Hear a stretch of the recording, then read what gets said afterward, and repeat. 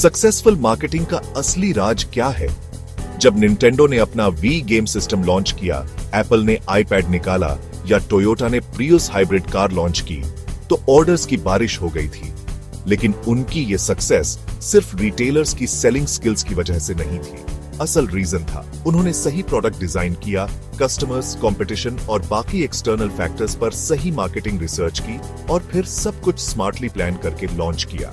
सीख, मार्केटिंग का असली कमाल होता है सही जरूरत पहचानना और उस पर एक्शन लेना। What is marketed? क्या क्या चीजें मार्केट होती है? मार्केटिंग हर जगह है, सोसाइटी के ऑलमोस्ट हर पहलू में। मार्केटिंग आमतौर पर 10 अलग अलग डोमेन्स में होती है।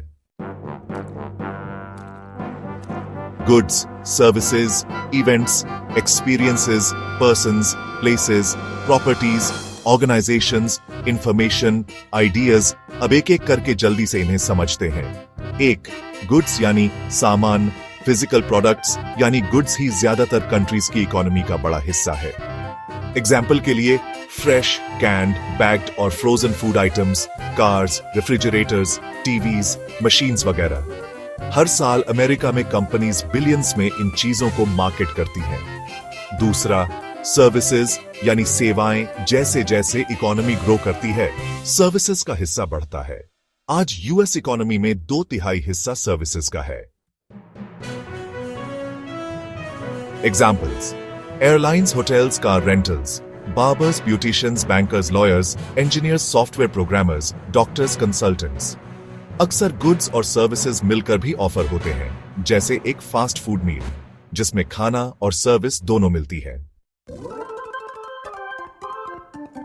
Marketers, they promote time-based events. Like, think about those big events such as the Olympics or the World Cup. And not just the big ones, even local events like craft fairs, bookstore readings, or farmers markets get promoted. जब कई goods और services को मिलाकर एक खास experience create किया जाए, वो भी मार्केट होता है। For example, at Disneyland, you can actually experience a fairy tale kingdom, a pirate ship, or even a haunted house. And, customized experiences like a rock and roll fantasy camp, or even climbing Mount Everest. These are also marketed. Artists, musicians, CEOs, doctors, और celebrities भी खुद को market करते हैं। For example, Virat Kohli, Amitabh Bachchan, Sanjeev Kapoor, PV Sindhu, they all promote themselves like a brand, right? And management guru Tom Peters once said, हर इंसान को खुद एक ब्रांड बनना चाहिए। सिटीज, स्टेट्स और कंट्रीज खुद को प्रमोट करते हैं टूरिस्ट, रेजिडेंट्स और बिजनेसेस अट्रैक्ट करने के लिए। फॉर इंस्टेंस, लास वेगास का famous ad campaign what happens here stage here Las Vegas को एडल्ट प्लेग्राउंड के तौर पर मार्केट किया गया। रियल एस्टेट, जमीन जायदाद और फाइनेंशियल प्रॉपर्टीज जैसे स्टॉक्स और बॉन्ड्स, इनकी भी मार्केटिंग होती है। रियल एस्टेट एजेंट्स घर और कमर्शियल प्रॉपर्टीज बाय सेल करवाते हैं। इन्वेस्टमेंट फर्म स्टॉक्स और बॉन्ड्स मार्केट करती है। म्यूजियम्स, कॉर्पोरेट्स, नॉन प्रॉफिट्स, सबको अपनी इमेज को प्रमोट और मैनेज करने के लिए मार्केटिंग चाहिए। आजकल यूनिवर्सिटीज भी चीफ मार्केटिंग ऑफिसर यानी CMO रखती हैं अपनी ब्रांड आइडेंटिटी के लिए। इंफॉर्मेशन यानी नॉलेज, इसे भी प्रोड्यूस, मार्केट और डिस्ट्रीब्यूट किया जाता है। Examples: TV news, newspapers, internet. Research companies जैसे नीलसन, गार्टनर, कॉमस्कोर आदि जो बिजनेस डिसीजंस में हेल्प करते हैं। Social marketers important ideas promote करते हैं। Friends don't let friends drive drunk, मतलब ड्रिंकिंग के बाद ड्राइविंग ना करना।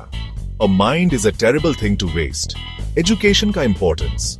पॉलिटिकल पार्टीज और ऑर्गेनाइजेशंस भी सोशल कॉजेज जैसे क्लाइमेट चेंज, जेंडर इक्वालिटी और पॉवर्टी पर कैंपेन्स चलाती है। एक मार्केटर वो इंसान होता है जो दूसरों से कोई ना कोई रिस्पॉन्स चाहता है, चाहे वो अटेंशन हो, परचेस हो, वोट हो या डोनेशन। लेकिन मार्केटर का काम सिर्फ डिमांड बढ़ाना नहीं है। स्मार्ट मार्केटर्स ये भी तय करते हैं कि डिमांड का लेवल कितना हो, किस समय पर डिमांड आए और डिमांड किस तरह की हो, ताकि ऑर्गेनाइजेशन के ऑब्जेक्टिव्स पूरे हों। मार्केट का ट्रेडिशनल मतलब, पहले मार्केट एक फिजिकल जगह होती थी जहां बायर्स और सेलर्स मिलकर सामान खरीदते और बेचते थे। इकोनॉमिस्ट्स मार्केट को ऐसे डिस्क्राइब करते हैं: market equal sign buyers plus sellers जो किसी खास प्रोडक्ट या प्रोडक्ट क्लास के लिए ट्रांजैक्शन करते हैं। 5 बेसिक मार्केट्स होते हैं। रिसोर्स मार्केट्स, कच्चे माल, लेबर, मनी का मार्केट। मैन्युफैक्चरर मार्केट्स, जहां कंपनीज रॉ मटेरियल्स से फिनिश्ड प्रोडक्ट्स बनाती हैं। कंज्यूमर मार्केट्स, आम कंज्यूमर्स का market. Intermediary markets, wholesalers, retailers जो प्रोडक्ट्स को आगे बेचते हैं। गवर्नमेंट मार्केट्स, जहां गवर्नमेंट खुद चीजें खरीदती है पब्लिक सर्विसेज के लिए। फ्लो कैसे चलता है? आसान भाषा में समझिए, मैन्युफैक्चरर्स रिसोर्स मार्केट से रॉ मटेरियल्स खरीदते हैं, फिर वो उन्हें गुड्स और सर्विसेज में बदलते हैं। ये फिनिश्ड गुड्स इंटरमीडियरीज को बेचते हैं, इंटरमीडियरीज उन्हें कंज्यूमर्स को बेचते हैं, कंज्यूमर्स अपनी लेबर बेचते हैं और उससे कमाए पैसों से सामान खरीदते हैं।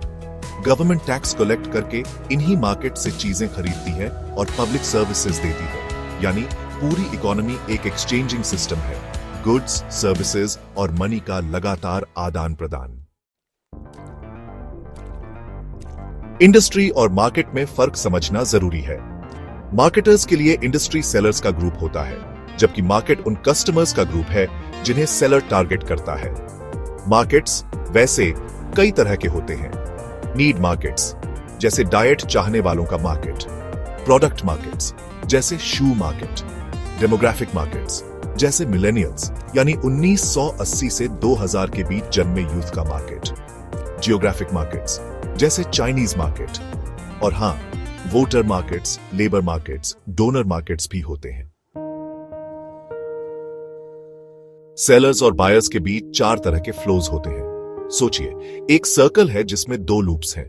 सेलर्स गुड्स और सर्विसेज भेजते हैं और साथ में कम्युनिकेशंस भी, जैसे एड्स, ईमेल्स वगैरह। बायर्स इसके बदले में पैसा और फीडबैक इंफॉर्मेशन भेजते हैं। इनर लूप में पैसा और गुड्स और सर्विसेज का एक्सचेंज होता है।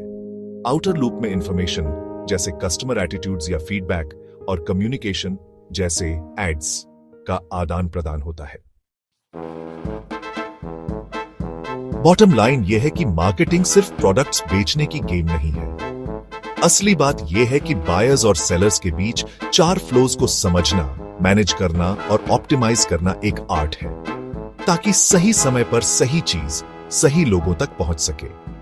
मार्केटिंग का रियल वैल्यू दरअसल यही है। फाइनेंस, ऑपरेशंस, अकाउंटिंग जैसी सारी बिजनेस फंक्शंस तब तक बेकार है जब तक आपकी प्रोडक्ट्स या सर्विसेज के लिए सफिशिएंट डिमांड नहीं है।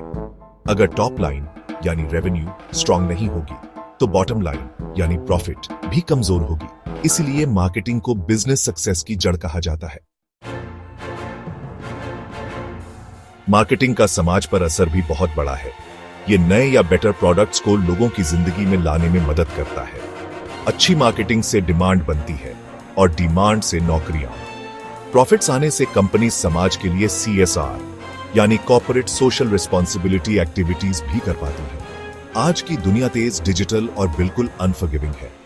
ऑनलाइन और मोबाइल से भरी इस दुनिया में, जहां कंज्यूमर्स, कंपटीशन, टेक्नोलॉजी और इकोनॉमी हर पल बदलते हैं, मार्केटर्स को फीचर्स, प्राइसेस और टारगेट मार्केट को वाइजली चुनना होता है। उन्हें यह भी तय करना होता है कि कितना खर्च करें एडवर्टाइजिंग पर, कितनी एनर्जी डालें सेल्स और डिजिटल मार्केटिंग में। मार्केटिंग में गलती की कोई जगह नहीं है। एक समय की सफल कंपनियां अब गिर गईं। माइस्पेस को फेसबुक ने हरा दिया, याहू को गूगल ने पीछे छोड़ दिया, ब्लॉकबस्टर को नेटफ्लिक्स ने खत्म कर दिया और बार्न्स एंड नोबल को अमेज़न ने दबा दिया। इन ब्रांड्स की कहानी बताती है कि जो कंपनीज अपने कस्टमर्स और कंपेटिटर्स को नहीं समझती और जो खुद को लगातार बेटर नहीं बनाती, वो जल्दी पीछे रह जाती है। मार्केटिंग में नवाचार यानी इनोवेशन जरूरी है। ग्रेट मार्केटिंग सिर्फ एक स्ट्रैटेजी नहीं, एक कल्चर होता है। कई बार फ्रेश आइडियाज कंपनी के ऐसे लोगों से आते हैं जिन पर कोई ध्यान नहीं देता, जैसे यूथफुल एम्प्लॉइज या जिनकी सोच अलग हो, यानी डाइवर्स पर्सपेक्टिव्स। रिमोट एम्प्लॉइज जो हेडक्वार्टर्स से दूर होते हैं, और न्यू कमर्स जो इंडस्ट्री में नए होते हैं। इन तीनों ग्रुप्स को सुनना चाहिए, क्योंकि ये ओल्ड थिंकिंग को चैलेंज करके नए आइडियाज ला सकते हैं। रियल एग्जाम्पल RB, जो पहले रैकेट बेंकीजर था। ये ब्रिटिश कंपनी है जो क्लीनिंग प्रोडक्ट्स बनाती है, लेकिन इसे एक बोरिंग इंडस्ट्री में भी इनोवेटर माना जाता है। इसकी लगभग 35% सेल्स उन प्रोडक्ट्स से आती है जो 3 साल से नए हैं। मल्टीनेशनल स्टाफ को इंस्पायर किया जाता है कि वो डीपली रिसर्च करें, लोग सच में किस तरह चीजें यूज करते हैं, और अच्छा काम करने वालों को खुलकर रिवॉर्ड दिया जाता है। बॉटम लाइन ये है कि मार्केटिंग अब सिर्फ सेलिंग नहीं, बल्कि सर्वाइवल और ग्रोथ का लाइफलाइन है। इसका फ्यूचर उसी के पास है जो लगातार सीखे, इन्वेंट करे और अपनी ऑडियंस से जुड़ा रहे।